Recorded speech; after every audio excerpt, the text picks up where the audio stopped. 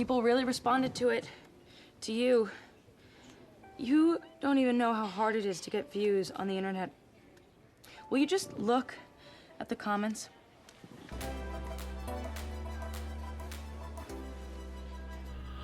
Woof. Hashtag relatable.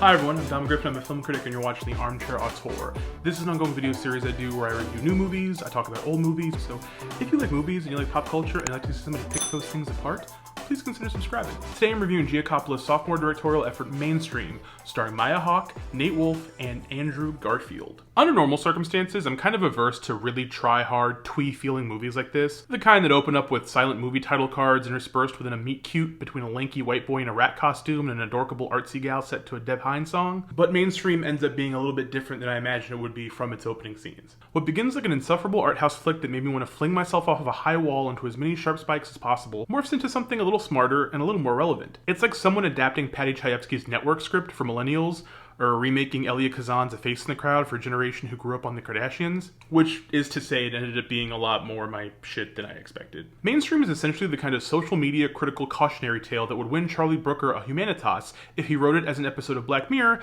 and added at least one more salacious or subversive element to its narrative. Black Mirror comes back and just keeps being like, what if your printer had a puss? Maya Hawke, daughter of Ethan and Uma Thurman, plays Frankie, an aspiring filmmaker working a dead-end job at a bar who knows she wants to make art but doesn't know what kind. A kind of aimless yearning that seems to be semi-autobiographical for Coppola, who pivoted from photography to filmmaking in 2013 with her debut Palo Alto, an adaptation of a collection of James Franco short stories. Frankie meets Link, a manic pixie douchebag played by Andrew Garfield whose petty aphorisms, aversion to smartphones, and generally chaotic energy entrance Frankie to the point she is willing to quit her job and devote her life to recording him for her YouTube channel in the hopes of finding some kind of success on the platform. Alright, so what do you want to do? You want to make art?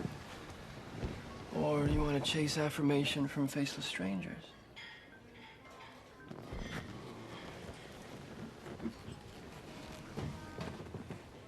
It begins innocuously enough when a thrown-together video she makes of him in public grows beyond her meager following, then extends further when she enlists the help of Jake, played by Nate Wolff, a coworker who is obviously hopelessly in love with her. Together, the motley trio create a brand and persona for Link called No One Special, an anti-influencer satirizing the cyclical vampirism of social media celebrity culture. But when their antics catch the attention of some real-life influencers, playing themselves within the movie's fictional story, they link up with the manager, played with appropriate sleaze by Jason Schwartzman. And you know what a fucking hungry polar bear will really do? Eat you. It will eat you. You can love it from here. Let me tell you, if you ever met a real polar bear, they'd fucking eat you. A huckster who helps them turn their fledgling operation into a full-blown TV series. A game show concept where the audience gives the host, Link, their smartphones and has to subject themselves to fear factor-like challenges to get their vice-like devices back in their grubby paws, or turn down the opportunity and win money and keep their dignity. It's this juncture in the film that things reach what feels like the right stylistic pocket, making interesting points about its well-worn subject matter while striking the correct balance of shock factor and genuine humor. And it wouldn't be a movie about the absurdity of postmodern internet culture without the god Casey Frey making an appearance, now would it?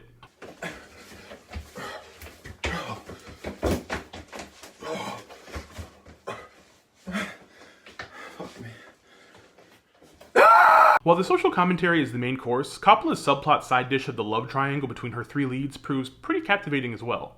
You call that flirting? Well, Yeah. oh no, I'll show you flirting. I'll take you to the back room right now. I think you've taken enough people to the back room.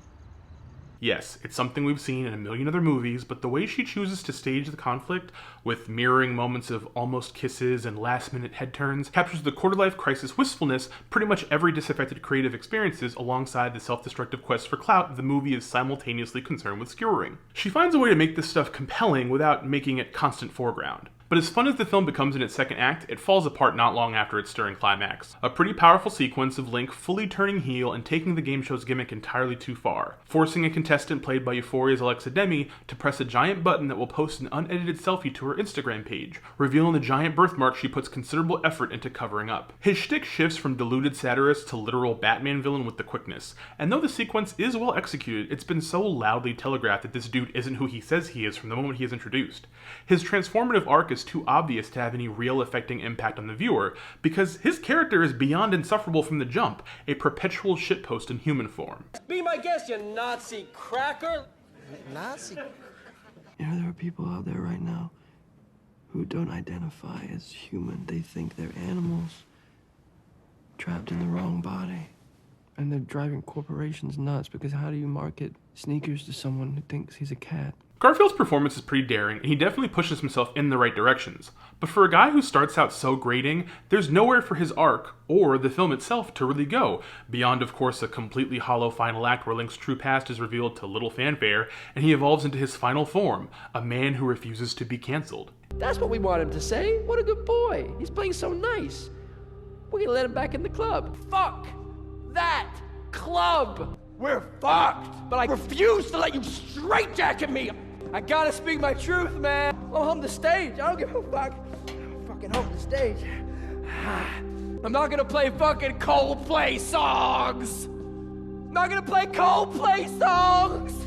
Fucking watch Coldplay. In the end, mainstream, for all its finer points and its generally fascinating aesthetic, runs out of steam too soon for such a short runtime, running out of things to say and meaningful places for its characters to go. It is 100% one of those indie movies that doesn't so much conclude as extend beyond its runway, careening off a cliff just in time for the credits to roll. IFC Films releases like 20 movies exactly like this every year, and as I always say, a bad or lackluster ending will burn away the goodwill of a solid 2/3 of a film every single time. Mainstream is no exception, but its performances, score, and vibes are honestly enough to warrant at least a cursory watch, even if no one will fault you for turning it off after the Johnny Knoxville cameo when there's just so little left to gawk at.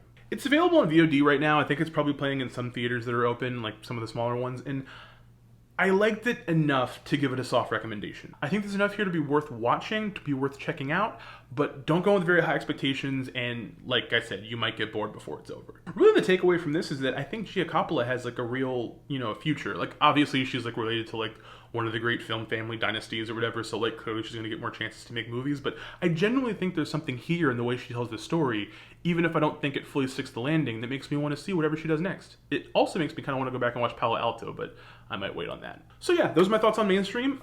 Pretty watchable movie, has some great points, just doesn't really come together in the end, which, that happens. It's not the worst thing in the world. If you guys have any thoughts about the film, like if you've seen it or you're interested in it, please share those with me below in the comments. I like talking to you guys. Obviously, it's one of my favorite things to do. If you like this video, please give it a thumbs up. If you have not subscribed, please subscribe. Hit the little bell that gives you notifications when I put out new videos. That helps me out quite a bit. And yeah, that's it. I hope everyone's doing well and staying safe, being good to yourselves and each other, wearing your masks, getting vaccinated, getting ready to go back to the movies. I will see you all in the next one. I'll talk to you soon. Bye.